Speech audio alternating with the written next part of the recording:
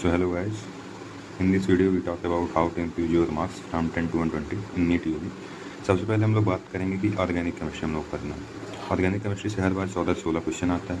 GOC से हमारे 2 question आते हैं। सबसे पहले आप लोग जीओसी कंप्लीट कर लीजिए, उसके बाद रिएक्शन जितनी आप लोग से नोट कर लीजिए, उसके बाद सारी रिएजेंट को याद करने का ट्राई करिए और याद कर लीजिए। रिएक्शन से आपके पास ऐसे क्वेश्चन आते हैं कि एक बार पूरा चार्ट तैयार करिए, चार्ट से आप लोग सारा पढ़ लीजिए, जिससे कि आपको एक ही बार यहाँ की पूरे क्वेश्चन रिवाइज हो जाएंगे। इसके बाद हम लोग वापस आते हैं। हम लोग उसके बाद आइसोमेरिज्म पढ़ना। आइसोमेरिज्म से 1 से 2 क्वेश्चन आ ही रहा है हर टेस्ट में। अगर आप लोग एलन के या आकाश जो भी टेस्ट देते होंगे आप लोग देखते होंगे। हम लोग उसके बाद बेसिक स्ट्रेंथ पढ़ लेंगे। बेसिक स्ट्रेंथ एसिडिक स्ट्रेंथ है, जिससे भी बॉइलिंग पॉइंट ऑर्डर वगैरह, जिससे कि एक क्वेश्चन आ ही रहा है। IUPAC आप यहाँ पढ़ लेंगे तो आपका कोऑर्डिनेशन कंपाउंड की भी IUPAC बन जाएगी, आना है उससे क्वेश्चन। बायोमॉलिक्यूल्स आप लोग कर लीजिए, जिससे कि 2 क्वेश्चन आना है। इनऑर्गेनिक केमिस्ट्री की बात करते हैं, पीरियोडिक क्लासिफिकेशन। इससे सबसे पहले आप लोग इसे करिए, सीक्वेंस आपका यही होना चाहिए। उसके बाद केमिकल बॉन्डिंग कर लीजिए, उसमें भी हाइब्रिडाइजेशन पहले करिए क्योंकि वहाँ से क्वेश्चन आ ही रहा है। कोऑर्डिनेशन कंपाउंड, यहाँ से 2 से 3 क्वेश्चन आने हैं। इसमें भी आप लोग आइसोमेरिज्म पढ़ लीजिए। उसके बाद VBT CFT पढ़ने का ट्राई करिए। CFT में भी 4/9 का फॉर्मूला जो है वो मतलब फार्मूला जो कि उसे याद कर लीजिए। पी ब्लॉक पढ़ते हैं, पी ब्लॉक एंड इलेक्ट्रोप्स, इसके जितने भी एलिमेंट हैं उसको आप लोग पढ़िए। उसके बाद इलेक्ट्रोप्स जो भी हैं उसके फास्फोरस डायमंड जो भी आप लोग इसे याद कर लीजिए। इसके लिए आपको पूरा मतलब चार्ट याद होगा तो आपके लिए तो काफ़ी आसान होगा कि हाँ ये ऐसे ऐसे क्वेश्चन आने हैं बार।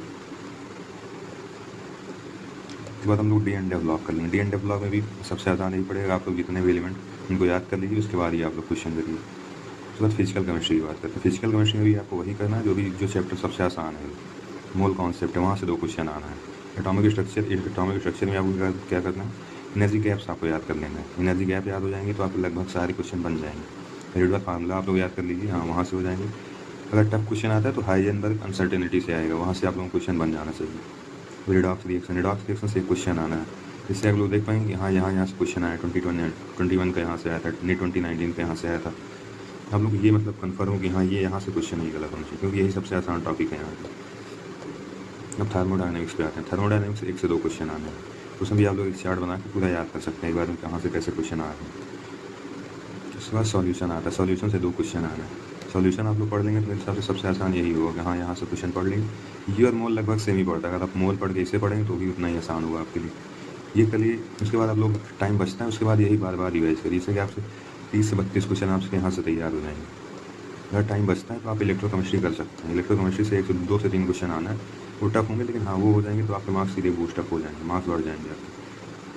सो जैसे आप लोगों को सही है, फिलहाल तो मेरा यही सीक्वेंस रहेगा कि आप लोग ये फॉलो करें, जिससे आप लोग के मार्क्स जरूर बढ़ेंगे। नीट के लिए 30 दिन का टाइम काफ़ी होता है कि यहाँ आप लोग यहाँ से वहाँ तक पहुँच सकते हैं। बाकी आप लोग ट्राई करिए बायो में मार्क्स इंक्रीज़ करने का। बायो में अगर 330 340 की रेंज में आ जाते हैं तो आप काफ़ी अच्छा बूस्टअप दे जाएंगे।